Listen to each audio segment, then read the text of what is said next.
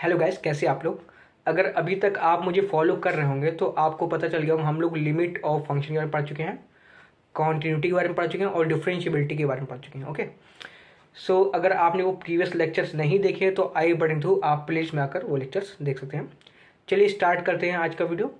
आज हम bounded function के बारे में पढ़ने वाले हैं। ओके, ये काफ़ी इंपॉर्टेंट टॉपिक है क्योंकि आगे जितने भी थ्योरम्स आएंगी आपको ये टर्म बार बार दिखाई देता रहेगा। ओके, सो हमें इसे अच्छी तरीके से समझना जरूरी है। तो आज हम सीखने वाले हैं बाउंडेड फंक्शन होता क्या है। ओके, सो हम इसे समझेंगे with the help of graph. Okay, graph की हेल्प से इसे हम अच्छे तरीके से समझेंगे, फिर हम उसके बाद इसकी डेफिनेशन लिखेंगे। ओके, चलिए देखते हैं।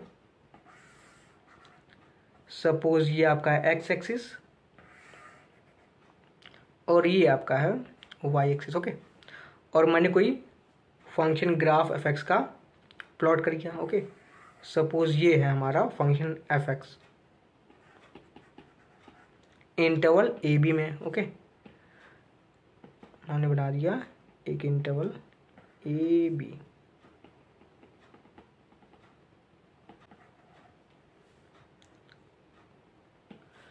तो हम फंक्शन एफ एक्स को बाउंडेड तब बोलेंगे जब हम कोई दो हॉरिजॉन्टल लाइन ऐसी खींच सके जिसके बीच में हमारा फंक्शन एफ एक्स लाई करे। ओके, देखिए सपोज मैं अगर ऐसी लाइन खींच देता हूँ, ये एक लाइन में ड्रॉ कर दी और एक ये लाइन ड्रॉ कर दी।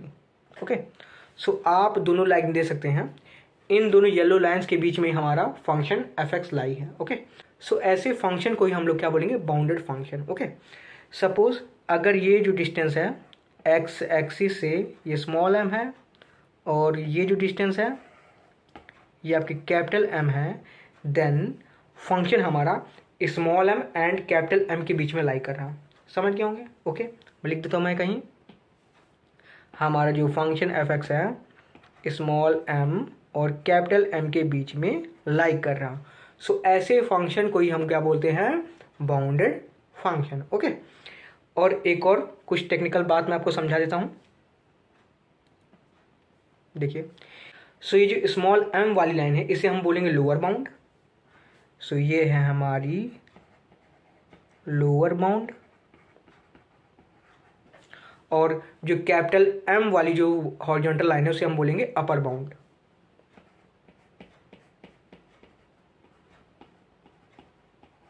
ओके ओके, समझ में आ गया होगा।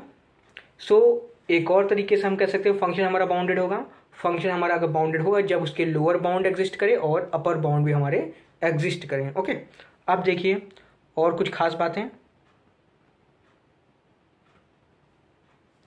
सपोज मैं कुछ हॉरिजॉन्टल लाइन खींच रहा हूँ लोअर बाउंड के नीचे।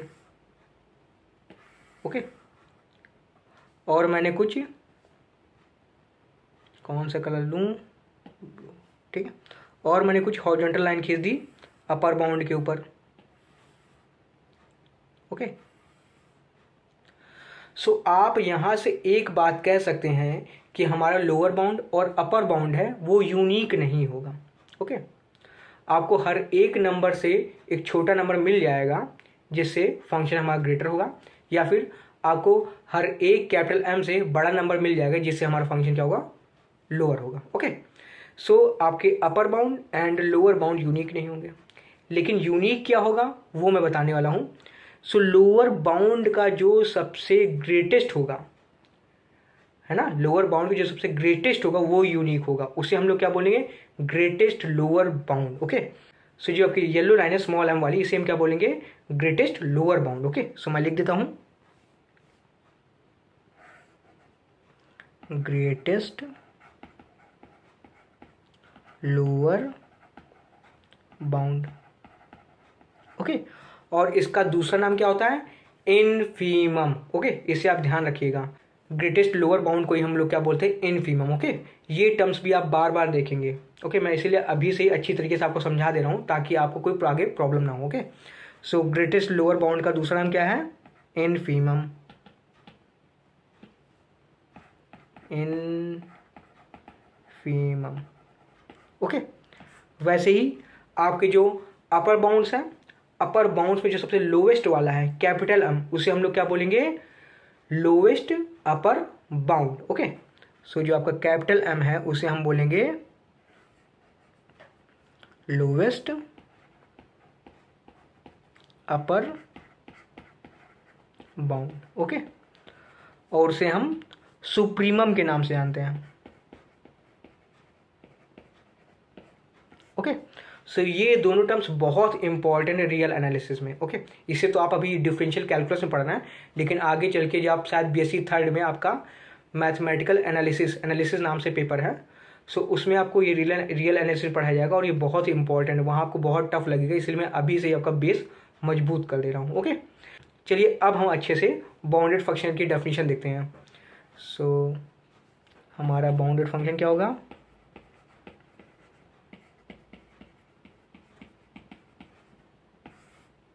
A function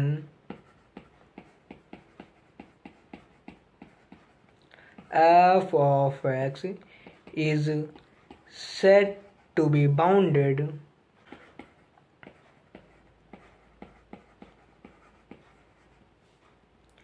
if there exist, मैंने आपको बताया था ये उल्टा ई जो साइन होता है किसका होता है? देयर एग्जिस्ट का होता है, ओके।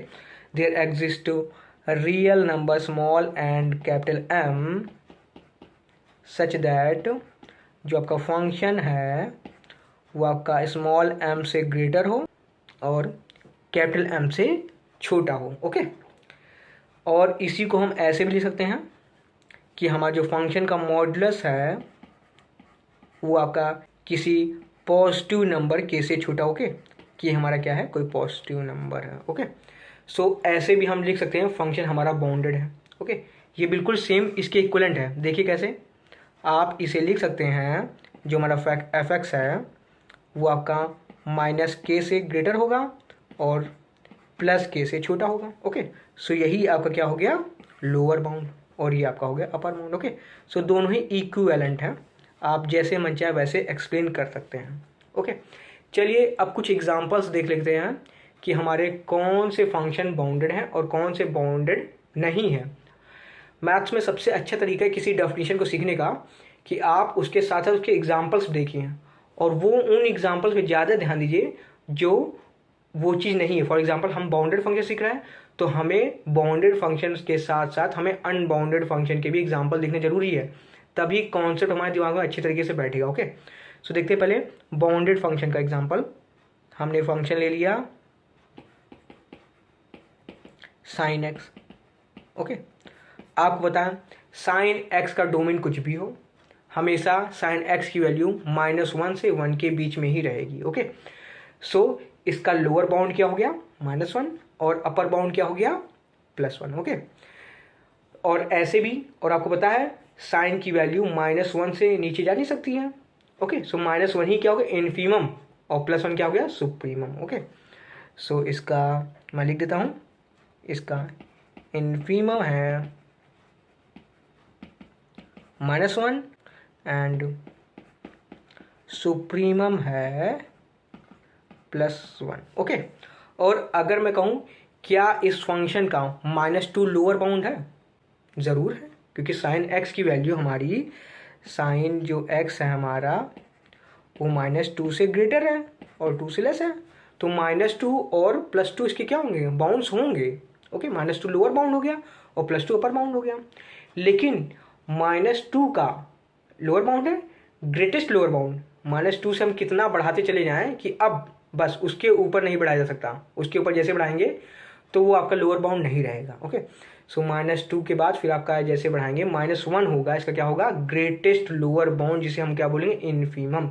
और बिल्कुल वैसे ही 2 से आप लेस करते जाइए, जैसे आप 1 पहुंचेंगे उससे जैसे आप थोड़ा भी लेस करेंगे वो आपका अपर बाउंड नहीं रहेगा, ओके। सो लोवेस्ट अपर बाउंड को हम लोग क्या बोलते हैं? सुप्रीमम। सो साइन एक्स का लोवेस्ट अपर बाउंड यानी सुप्रीमम है 1, ओके। आई होप सो आपको ये कॉन्सेप्ट अभी तक समझ में आ गया होगा। चलिए अब कुछ अनबाउंडेड फंक्शन के एग्जाम्पल देख लेते हैं। सो हम लेते हैं फंक्शन, ले लीजिए आप 1/x और मैंने इंटर ले लिया 0 से लेके 1 के बीच में, ओके। अब क्वेश्चन है क्या ये फंक्शन हमारा बाउंडेड है या नहीं? सोचिए, ओके। सो इसका आंसर आपको तुरंत मिल जाएगा, आप अगर ग्राफ प्लॉट कर लें।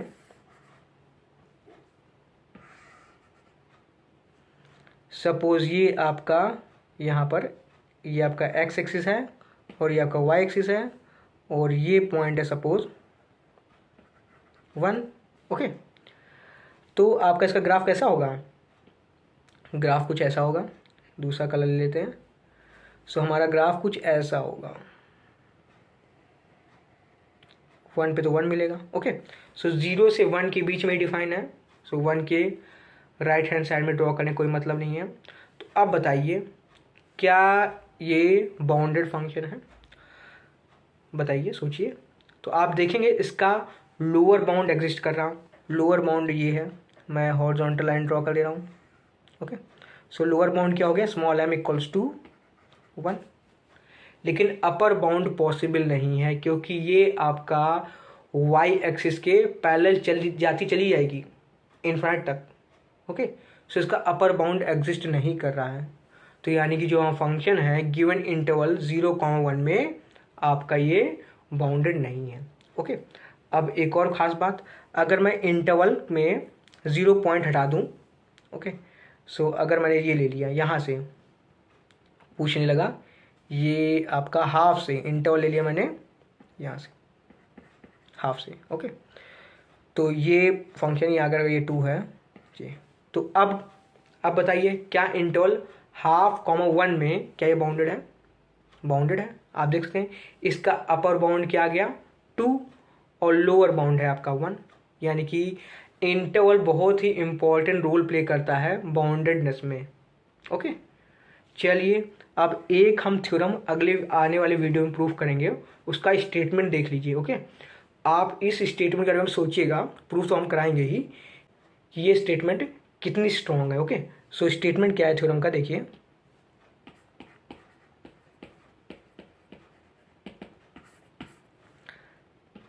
If a function is continuous in interval, close interval है। दो चीज़ें बहुत ध्यान देनी है यहाँ पे, एक फंक्शन कॉन्टिन्यूस का है और क्लोज इंटरवल लिया है। ओके, ये दोनों ही चीज़ें बहुत इंपॉर्टेंट। अगर इनमें से किसी भी कंडीशन को आप रिलैक्स करेंगे तो बाउंडेडनेस नहीं रहेगी। ओके, मैं पूरा स्टेटमेंट लिख देता हूँ। If a function is continuous in closed interval a, b, then function is bounded. Okay, इसी को हम क्या बोलते हैं? Boundedness theorem.